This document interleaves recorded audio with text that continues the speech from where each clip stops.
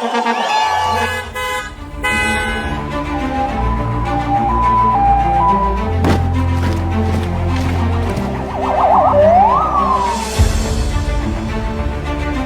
de l'État, commandant suprême des forces armées et de la police nationale congolaise, le détachement d'honneur de la garde républicaine est rangé pour vous accueillir et vous rendre les honneurs à l'occasion de votre discours sur l'état de la nation devant les deux chambres du Parlement réunies en congrès.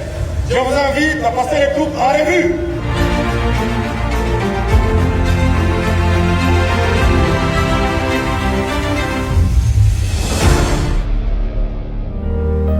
Mes très chers compatriotes, j'ai l'honneur et le devoir de me présenter devant vous, représentant du peuple souverain, pour adresser à la nation ce message annuel sur l'état de notre pays. De lundi 8 décembre, devant les deux chambres du Parlement réunies en congrès, le président Félix-Antoine Tshisekedi a présenté le bilan de son action au cours de l'année 2025, marqué par la résilience et la détermination à relever un défi, celui de la transformation de la République démocratique du Congo.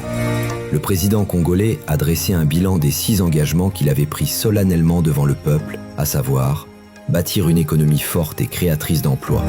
C'est l'ambition du premier engagement.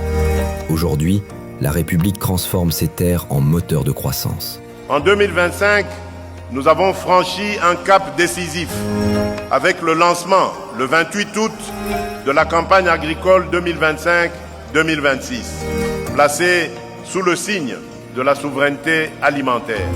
Les campagnes agricoles 2024 à 2026 redéfinissent nos paysages. Grâce à la mise à disposition de 600 tracteurs, à la distribution massive de semences et d'engrais et à la promotion des cultures de cacao et de café, l'agriculture change d'échelle.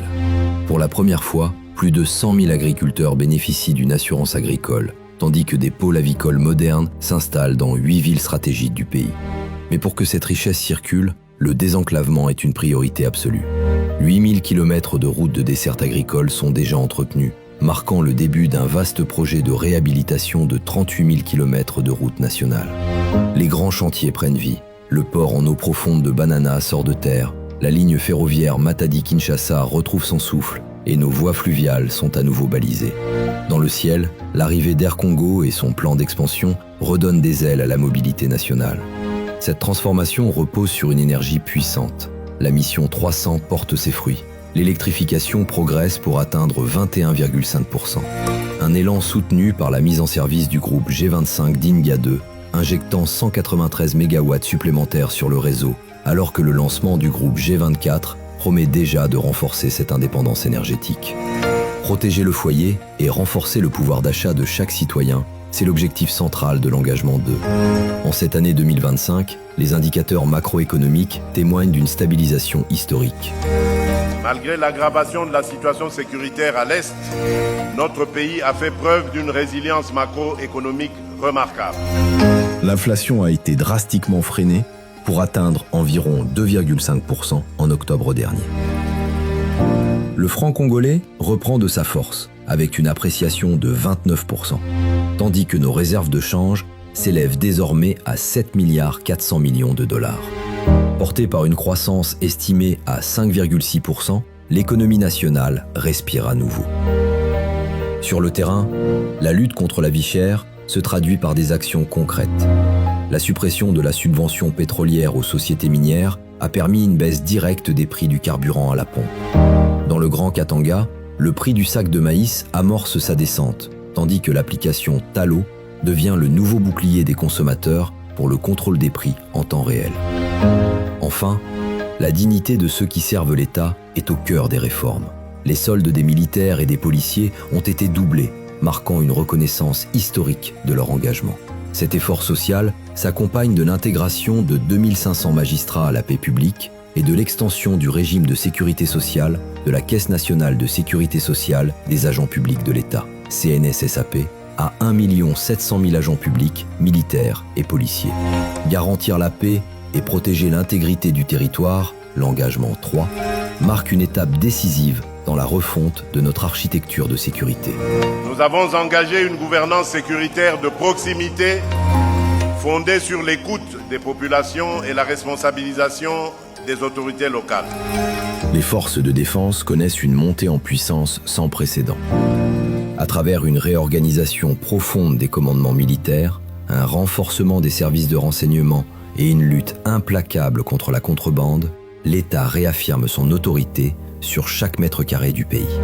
L'avenir de la sécurité intérieure se dessine avec la loi de programmation de la police 2026-2030. L'objectif est ambitieux, recruter et former 90 000 nouveaux policiers tout en organisant le départ à la retraite de 10 000 agents. Sur le terrain, la relève est déjà en marche. 700 recrues sont actuellement en formation à Kassangoulou et l'école de police de Kapalata retrouve son excellence grâce à une réhabilitation complète. Pour répondre aux défis du banditisme urbain, l'opération Ndobo déploie ses effets, soutenue par la formation de plus de 4500 membres au sein des comités locaux de sécurité. L'année 2025 restera gravée comme l'une des périodes les plus sombres de ces dernières décennies pour l'Est de la RDC. Dès les premiers mois, une offensive d'envergure a été déclenchée par la coalition AFC M23, avec le soutien direct de l'armée rwandaise. Les villes de Goma dans la province du Nord Kivu et de Bukavu dans celle du Sud Kivu sont tombées, laissant des pans entiers de ces zones sous une emprise de terreur. Mais face à cette agression, la nation ne s'est pas résignée. La riposte, légitime et résolue, s'est déployée sur tous les fronts, militaires, institutionnels et diplomatiques. Enfin, la sécurité nationale se joue aussi sur la scène internationale. L'année 2025 restera marquée par une diplomatie de paix active, avec la signature de l'accord de Doha, suivi de l'accord de Washington avec le Rwanda. Forte de ce rayonnement, la nation s'apprête à porter sa voix au plus haut niveau mondial, avec son élection au Conseil de sécurité de l'ONU pour le mandat 2026-27, tout en assurant la présidence de la conférence internationale sur la région des Grands Lacs, CIRGL. Pour garantir son indépendance et sa prospérité, la nation s'engage dans une mutation profonde. C'est l'engagement 4, dédié à la diversification et à la compétitivité de notre économie. En 2025, nous avons poursuivi la refondation de notre gouvernance minière afin que nos ressources cessent d'être une malédiction et deviennent un moteur de développement partagé. Le secteur minier, moteur de notre croissance, fait l'objet d'un assainissement sans précédent. 30 000 périmètres inactifs ont été retirés du cadastre pour dynamiser l'exploitation. La création de zones de recherche sur 36 000 km², l'installation du laboratoire de Moussampo et le lancement de la plateforme eTraceMine marquent l'avènement d'une gestion moderne et transparente. Pour protéger nos ressources et nos populations, des quotas d'exportation de cobalt ont été fixés, tandis que Massissi et Kaléé sont désormais classés en zone rouge. L'ouverture au monde se réinvente à travers des partenariats stratégiques de haut niveau. Des accords historiques avec le Qatar et les États-Unis sécurisent nos minerais essentiels. En parallèle, l'économie diversifie ses horizons, de l'Amérique latine à l'Asie, en tissant des liens neufs avec le Brésil, l'Argentine, Israël ou encore le Vietnam. Enfin, le commerce de demain se construit aujourd'hui, avec 87% des procédures numérisées au guichet unique et la mise en place de postes frontières à arrêt unique, nous fluidifions nos échanges. En ratifiant les accords de l'Organisation mondiale du commerce et en créant la Chambre de commerce RDC-Égypte, la nation affirme sa place de carrefour incontournable sur l'échiquier mondial. Pilier 5. L'accès aux services de base pour chaque citoyen. C'est le cœur de l'engagement 5. Dans le secteur de l'éducation, la gratuité de l'enseignement primaire demeure une priorité absolue.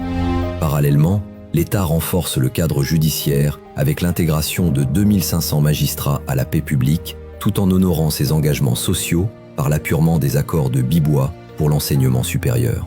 La santé s'installe progressivement comme une garantie publique concrète et non plus comme une faveur réservée à quelques-uns. La santé devient un droit tangible avec le lancement de la couverture santé universelle. Une protection qui s'étend désormais au-delà des soins.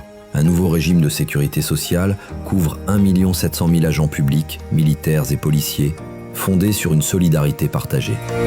Face aux défis de l'énergie et de l'eau, l'ambition est claire, l'électrification progresse pour atteindre 21,5%, avec un cap ambitieux fixé à 62% d'ici 2030. Pour l'eau, l'objectif est d'atteindre 70% d'accès dès 2028, soutenu par la réhabilitation de centrales stratégiques comme Kakobola et Inga. Enfin, à travers le programme de développement local des 145 territoires, PDL 145T, destiné à réduire les inégalités sociales, l'État reconstruit l'équité territoriale. Écoles, centres de santé et infrastructures routières sortent de terre pour effacer les disparités et bâtir un avenir commun. À ce jour, 865 ouvrages ont été officiellement achevés. Cet effort est le fruit d'une collaboration entre plusieurs agences. Concrètement, cela représente 530 écoles primaires, 275 centres de santé et 60 bâtiments administratifs désormais opérationnels. En incluant les 205 ouvrages livrés lors du premier mandat, l'ambition pour cette année 2026 est d'accélérer la livraison de l'ensemble des infrastructures prioritaires. Car l'objectif final demeure inchangé, que chaque territoire rural bénéficie enfin et sans délai des dividendes de l'action publique. Sixième et dernier pilier, moderniser l'État pour mieux servir le citoyen. Ici, l'objectif est de rendre plus efficaces les services publics. Nous poursuivons un programme ambitieux de modernisation des infrastructures, de réforme académique et de digitalisation de la gouvernance. La révolution numérique est au cœur de cette transformation. Avec la généralisation de la facture normalisée de la TVA, taxe sur la valeur ajoutée, et la digitalisation de 87% des procédures au guichet unique du commerce extérieur, l'économie gagne en transparence. Pour accompagner les contribuables, de nouvelles instances voient le jour. La COPIRAP pour rationaliser la parafiscalité et une commission de médiation fiscale dédiée au dialogue.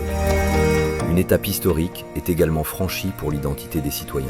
Grâce au transfert des kits d'enrôlement de la Commission électorale nationale indépendante, CENI, vers l'Office national d'identification de la population, la délivrance des cartes d'identité nationale tend à passer d'un rêve lointain à une réalité palpable. Enfin, l'efficacité des services publics s'étend jusqu'au cœur de nos territoires. Dans le Haut-Uélé, plus de 350 chefs coutumiers ont été certifiés pour renforcer la gouvernance locale. En parallèle, des audiences foraines et des médiations actives permettent de résoudre les conflits, tandis qu'un nouveau cadre de concertation assure désormais la mise en œuvre de la loi protégeant les peuples autochtones. C'est dans cet esprit que je réaffirme devant vous et devant la nation ma détermination indéfectible à continuer à servir la République démocratique du Congo, à protéger l'intégrité de son territoire, à défendre la dignité de son peuple et à ouvrir pour nos enfants un avenir de paix et d'espérance. Le sport est pleinement reconnu comme un vecteur de cohésion nationale et de rayonnement international. Nos athlètes, quant à eux, ont porté très haut le drapeau national en remportant des médailles d'or aux championnats d'Afrique et aux compétitions mondiales, du Scrabble aux luttes associées, en passant par les premiers Jeux scolaires africains et en qualifiant nos léopards à la phase finale de la Coupe d'Afrique des Nations Maroc 2025. Choisissons un Congo qui n'attend plus, mais qui avance en paix, en justice et en solidarité. Les ténèbres ne régneront pas toujours.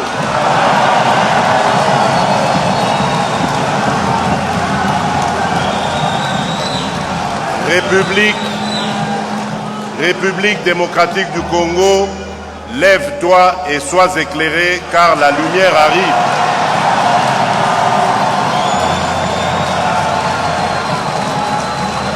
Que vive la République démocratique du Congo, que Dieu bénisse la République démocratique du Congo et son peuple. Je vous remercie.